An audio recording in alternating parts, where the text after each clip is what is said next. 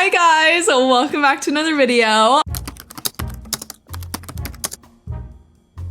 Obviously, as you can tell by the title, this is gonna be a Q&A. I just wanted to film like a little catch-up, chatty video with you guys because it's obviously summer break, and so I'm not taking you through like a day in my life as a teacher anymore, but I still wanna talk about teacher things and answer your guys' questions, but I also wanna just answer questions on like everything. I just got married, so if anyone asks me any wedding questions, I'm definitely gonna be answering them. Let's just take a moment really quick. Here's the ring. If you don't follow me on Instagram or TikTok, you haven't seen my wedding band yet, but I have literally haven't stopped staring at my hand. I'm so obsessed with it. I don't know if I want to get it, I almost said carterized. That's not the right word. What's the word where they put the two bands together? What is the word for that? Whatever. I'm still debating if I want to get them joined together or not, because then I can create like different stacks with it. I don't know, but I'm so obsessed with it. On the plane ride back from our honeymoon, the flight attendant was like, "Oh my gosh, I love your ring." And I was like, "Thanks, we just got married."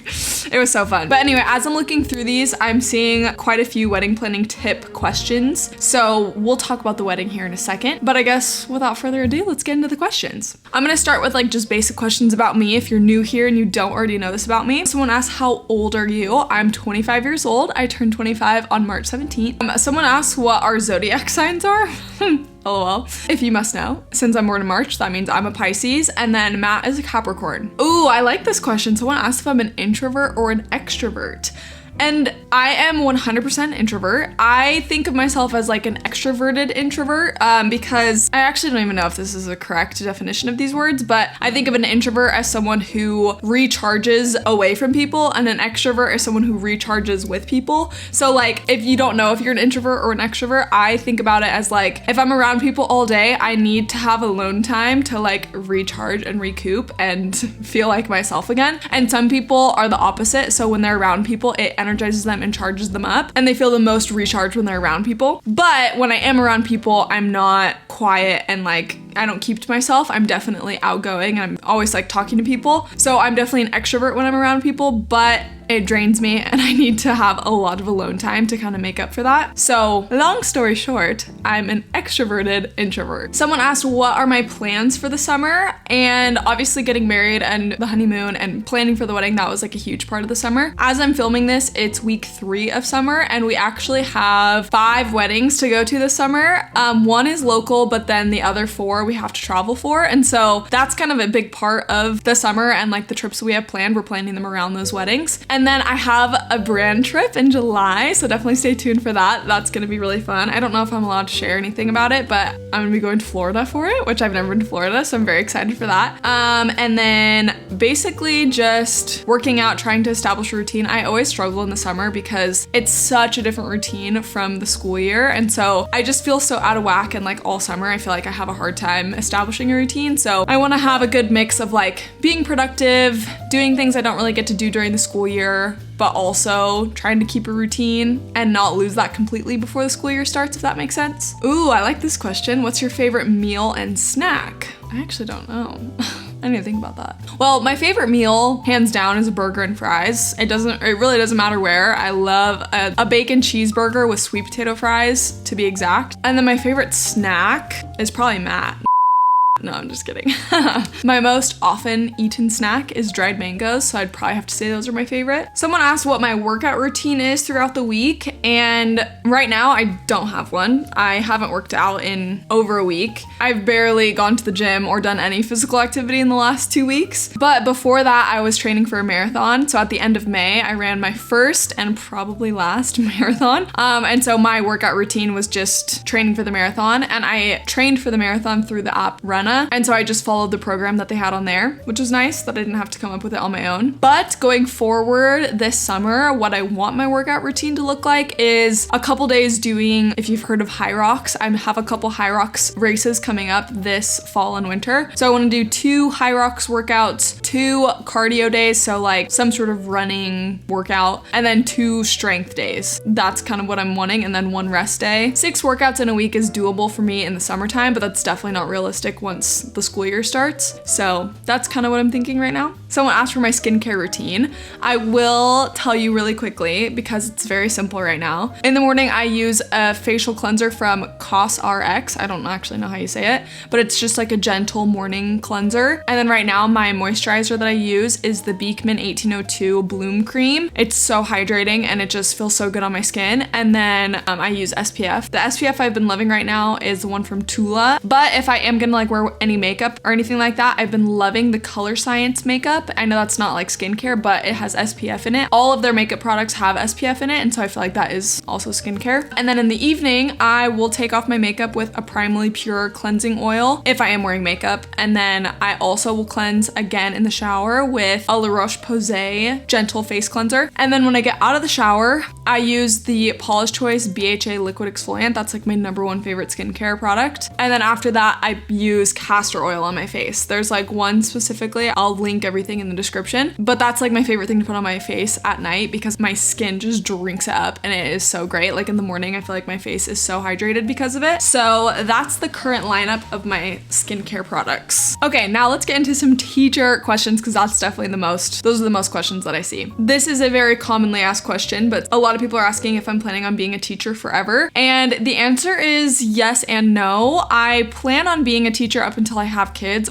As soon as I have kids, I want to be a stay-at-home mom. That's been my plan all along. Once they get to the age that they would be going to like first grade and be going to school, I want to homeschool. My plan is to homeschool up until the kids are like in middle school. So obviously while I'm homeschooling, that I'm still teaching. So like, that's why I say yes and no. It's like, I won't be a traditional teacher forever, but I do want to homeschool when my kids are that age. And then probably once all my kids are like in public school, then I maybe would go back to teaching. I don't know. That's like way down the road. So who knows what I'll do then, but that's my plan as of right now. My foot's falling asleep. I need to change positions. Okay, someone asked, I'd love to know your best tips for planning and classroom management. For the planning part, I would say it depends what year of teaching you're in. If you're going into your first year teaching, I 100% recommend following someone else's curriculum for your first year. So don't try to come up with everything on your own. I definitely tried to do that my first year and it was way stressful. If you can spend your first year not having to worry about what it is you actually have to teach, so you can follow a planned out curriculum and just focus on like figuring out how you actually teach that curriculum. So depending what curriculum you're following, it will have lesson plans for you. So you don't really have to do much of the like creation of the lesson plans. It's just like facilitating it and making sure it runs smoothly and being prepped for it. And then as you go into more years teaching, you can kind of start tweaking things and making things your own and plan things yourself. And then for classroom management, it really just depends what age you're teaching because I really think that certain things work for certain ages and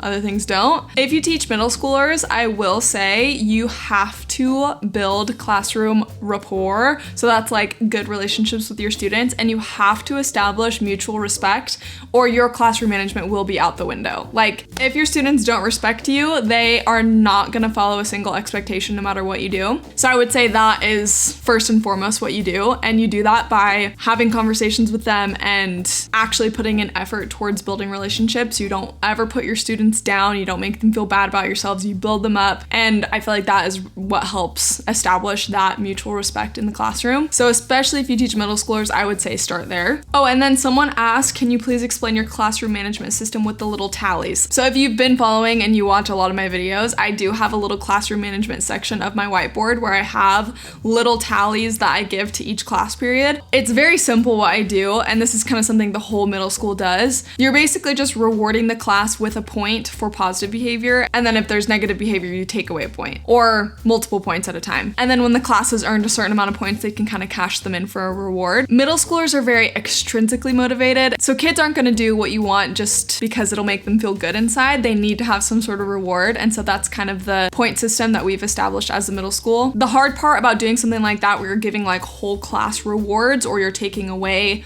points from the whole class is that there's always going to be certain kids who are like always doing the right thing, and then there's going to be the kids who are always not doing the right thing. And so if you take away points because of these kids, then these kids are also getting punished for the behavior of these kids, and then vice versa. So there's pros and cons to doing that, like whole class points. And I feel like the only reason you would do that is if you taught middle school or high school and you have like multiple classes. But that's a basic rundown of my point system in my class. I'm seeing a lot of people asking how long did it take to become a teacher and what did did you study to become a teacher? At my university, I went to University of Idaho, go Vandals. I got my degree in secondary education, and then I have an emphasis in biology, which is what I teach, and then I have an endorsement in natural sciences. So technically I'm qualified to teach biology or life science, chemistry, physics, and earth science. Chemistry, physics, and earth science. And then how long did it take me? It took me 3.5 years to complete my degree. In high school, I took concurrent credit and AP classes, and so I had a semester's worth of college credit by the time I graduated high school, and so it knocked off a semester of my college years. But typically in the US, it takes 4 years to complete a college degree. A lot of people ask, how did you know you wanted to be a teacher, and why did you choose to be a teacher? I've always loved working with kids, and I feel like even if I wasn't a teacher, I would want to work with kids in some capacity. I also had really positive experiences with my teachers growing up, and so I feel like that kind of inspired me to want to be a teacher too. I remember the first moment when I was like in high school, I think, that I knew I wanted to be a teacher, and it was when I was helping my little sister with her math homework, and she was not getting it at school. Something that the teacher was doing was not clicking for her, and so I walked her through it like the way that I know it, and I will never forget, she was like, oh my gosh, thank you so much, it makes so much sense now, and she understood it because of how I taught it to her, and that was such a cool moment for me. I'll never forget it, because that is like one of my most favorite parts about being a teacher now, is that you get to have those moments all the time with your students. If they're struggling with something or they're not understanding something, and you're able to have a one-on-one conversation and help them through a problem that they're dealing with, and they're able to come out on the other side and they actually understand it after you've explained it to them, it's just a very rewarding, very cool feeling. And so that was kind of what inspired me to want to become a teacher. Okay, I'm also seeing this question a ton. How do you balance work and life? And that is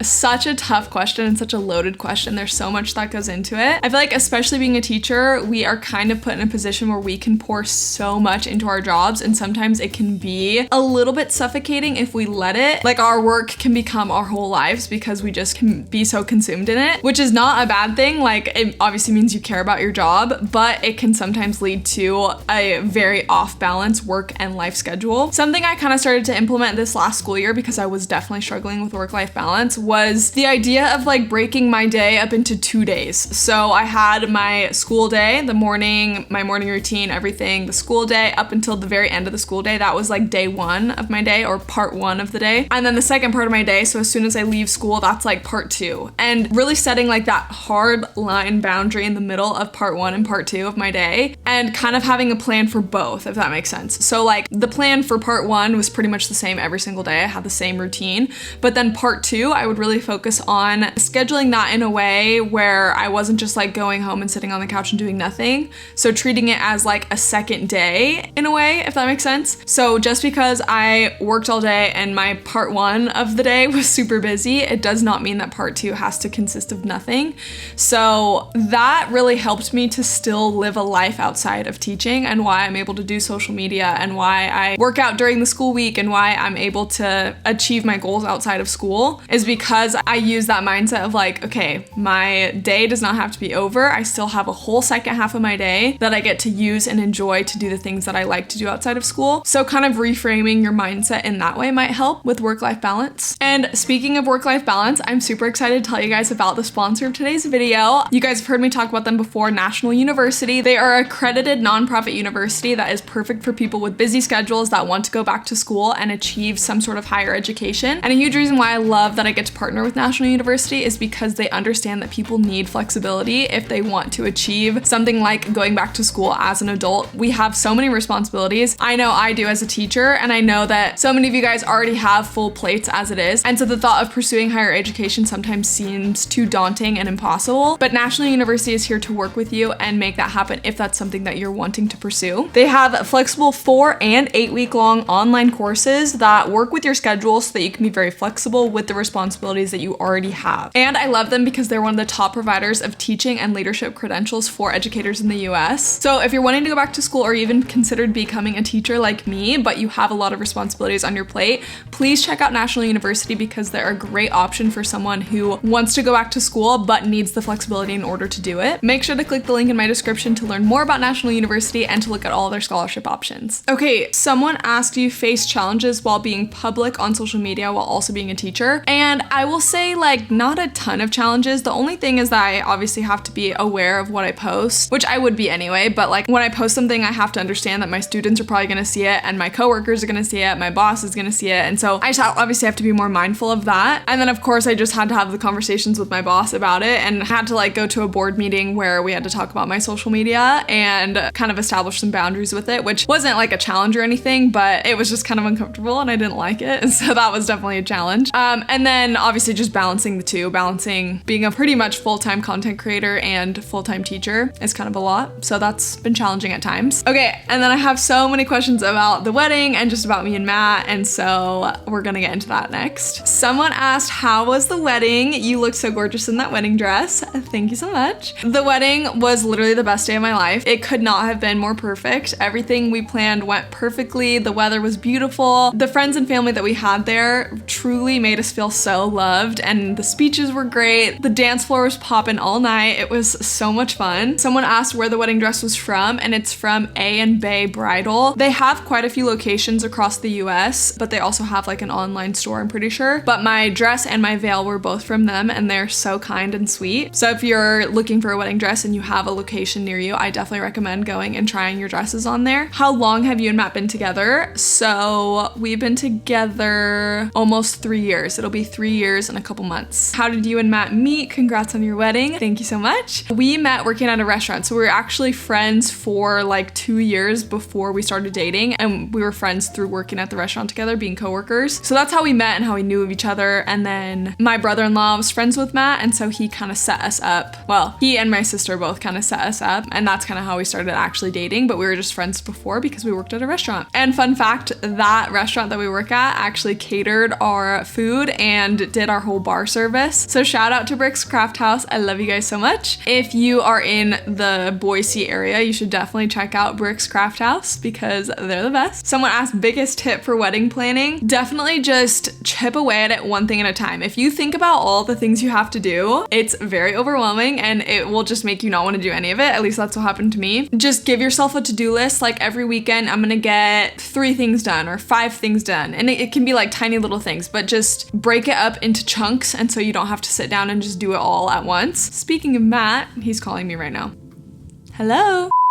Luckily, because I am a teacher, I had summer break. I had 2 weeks of summer break before the wedding, and so I did a lot of wedding planning and prep stuff in those 2 weeks before the wedding. But like that was basically my full-time job for 2 weeks. So if you have like a year-round job and you will be like working up until your wedding, I would say that is my biggest tip, is just to break things up. Do not procrastinate, or else you're going to be very stressed, especially if you are also full-time working somewhere and doing all the things that you need to do for your wedding. That would be stressful. So don't do that. What was your wedding cake flavor? Our wedding cake, I'm so obsessed with it. I'll put pictures on the screen. It was so cute. Matt's favorite cake is carrot cake, and I am not picky at all. I kind of like everything. And so we did her version of a carrot cake, and it was so good. We like noticed this the day after. She added like chunks of strawberry in it and like coconut, and the buttercream was so good, and it was delicious. I wish we would have kept it. We threw it away like the next day, and we had a lot of it left. We did keep a slice to eat on our 1-year anniversary, which I think will be fun. So that's in the freezer, but I wish we would have kept it a little bit longer. Someone asked, how did you know Matt was the one? And I knew kind of immediately, honestly, that he was the one.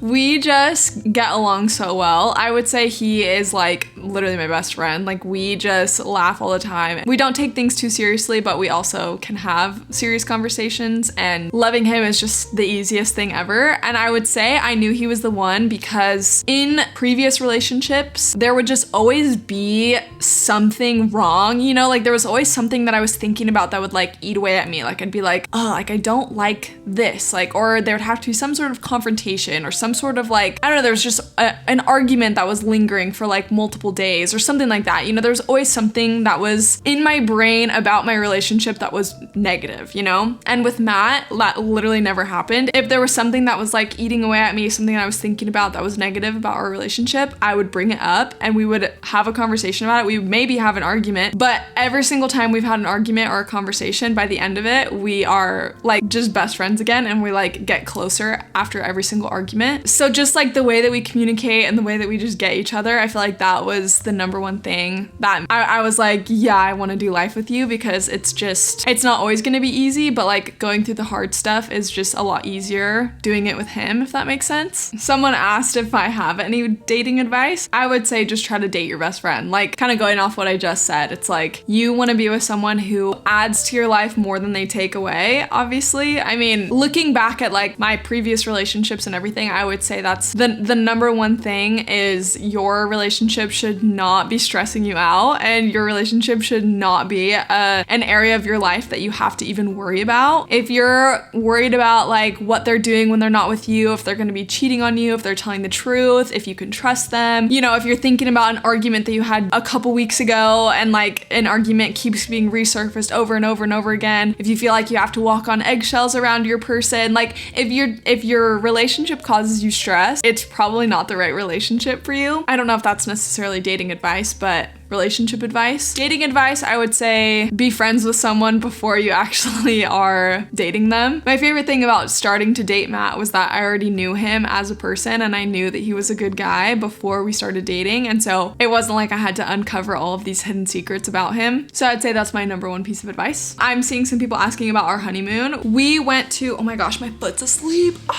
We went to the Impressions Moxie by Secrets resort in Playa del Carmen. It's like just south of Cancun. We booked it through Costco Travel and it was so amazing. Costco Travel, you guys, if you want to book any sort of trip, I would look at Costco Travel first. They have packages that include your flights, your transportation to and from the hotel, and all of your nights at whatever resort or hotel or whatever you want to do. And it is so much cheaper than like booking all those things separately. We were looking at the prices of our hotel when we were there and I was like, what? I did not know it was that expensive because we got a way cheaper, way better deal on Costco Travel. So that's a little tip for you if you're booking a honeymoon or any sort of trip coming up. But it was so nice to literally just sit at the pool all day. It was also all inclusive, so that was really cool that we got to just like go to a restaurant and eat for free. We could order whatever we wanted and we didn't have to worry about the bill. Matt and I had never been to a resort before, and so it was a really fun experience for the first time. Someone asked, how did you afford your wedding on a teacher salary? Because they are also a teacher and planning a wedding. That's a tough question because I did not afford my wedding on my teacher salary. I afforded my wedding because of social media, really. Matt and I paid for the majority of our wedding, and I would not have been able to afford the wedding that we did without the income from social media. My parents also contributed, so they did pay for some things, and so did Matt's parents. They paid for some things as well. But all of the extra little things that I wanted that were not necessary, but they were things that I wanted to have there, like our checker dance floor. Love the checker dance floor. It was so iconic. That all came out of our pockets, and there's no way we could have done it on just the teacher salary. So speaking of social media, there are some questions in here about that. And how did I get started with YouTubes and your social medias? Did they take off quickly or slow? I would say, generally speaking, they took off very quickly. I started posting in my second year of teaching. I'll be going into my fourth year teaching, so it'll be about 2 years since I started actually consistently posting on social media. This summer actually marks like 2 years since I've been posting consistently on social media, which is so crazy. I can't believe it's already been 2 years, but 2 years is really not even that long. Like, the fact that I'm at where I'm at after only 2 years is kind of crazy to me. But they did take off very quickly. And how I got started was I just started documenting what I was doing as a teacher. So I wasn't going out of my way to like make any content like what I'm doing right now. Like, I'm sitting down to make content. I just started documenting, and I saw something on social media the other day that I really liked. They said instead of creating, start documenting, and I thought that was a really good way to put it. I feel like I do a lot of documenting of my life. I don't necessarily like create new content, if that makes sense. I feel like the majority of my content is me just vlogging my life and just showing you guys my life and what I do as a teacher and my routines and all of that, especially on YouTube, but like also on TikTok and Instagram. So if you're wanting to start a social media, I would say that is a piece of advice I want to start sharing with people, is don't think you have to go outside the box and like do this crazy content creation that takes all this time. Like, just start documenting your life and what you do on a day-to-day basis. I feel like that's what people love to see, and I feel like it's the easiest content to make because you're already doing it and you're just recording it. This is also a common question. I think I'm just gonna start answering questions randomly. There's gonna be no category. I was trying to keep it in categories, but we're just gonna go rapid fire random. When do you want to have babies? As soon as possible.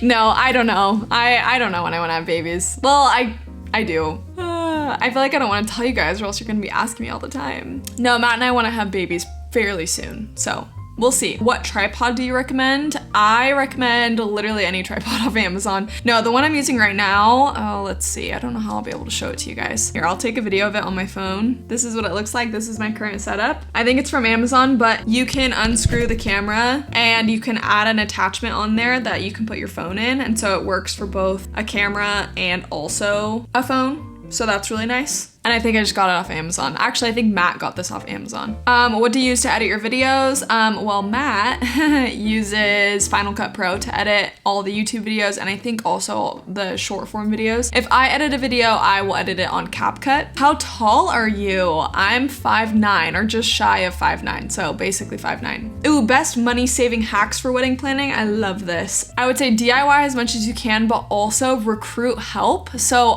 there were a couple like little DIY things that I had a couple friends do for me. I mean, like they were happy to help, but that definitely saved a lot of money. And instead of like ordering it off of Etsy or something and have someone else do it completely, I like had a friend help me make it, and that definitely saved me money. And then I also would say for saving money is just make a priority list. Like what's like a must-have, non-negotiable, you need to have this at your wedding, and write those things down in order. And then the things that are at the bottom of the list, they either need to be cut or you need to find a way to like cheaply do them that is not going to take away from the budget towards these items at the top of the list. My favorite workout gear. My favorite workout gear is definitely Lululemon. I feel like I have the most stuff from them. I have pieces that are Lululemon that I literally got in high school and I still wear them and they're still great quality. So I'd have to say that. Ooh, favorite book. That's a great question. I'm gonna say just recent books. My favorite book recently that I've read, because I honestly don't have a favorite book. I just love all books. No, but I read The Nightingale over the course of my honeymoon. I ate that up. It is so good. The Nightingale by Kristen Hanna. So good. I was literally crying on the plane as I was finishing the book. If you've read it, you know why. Oh my gosh, it's so good. Such a powerful book. It's phenomenal. If you haven't read it, you need to read it. Favorite place to buy cute teacher outfits? I would say the most like budget friendly places that I like to shop are H&M, Old Navy, and Target. I would say those are my top 3. I feel like the number one question I'm seeing on here is about my fitness and my workout routine and everything like that. How do I keep a workout routine during the school year, stuff like that. So if you guys want that to be like a whole separate video, I would love to make that for you guys, but just comment down below if that is something that you want to see from me and I will make a whole video about it. Okay, that is going to be it for the Q&A. If you have any other questions, let me know in the comments and I'll try to respond to as many of you guys as I can. Again, give me content ideas, what you guys want to see from me here on YouTube. I love you so much, and as always, thanks for watching.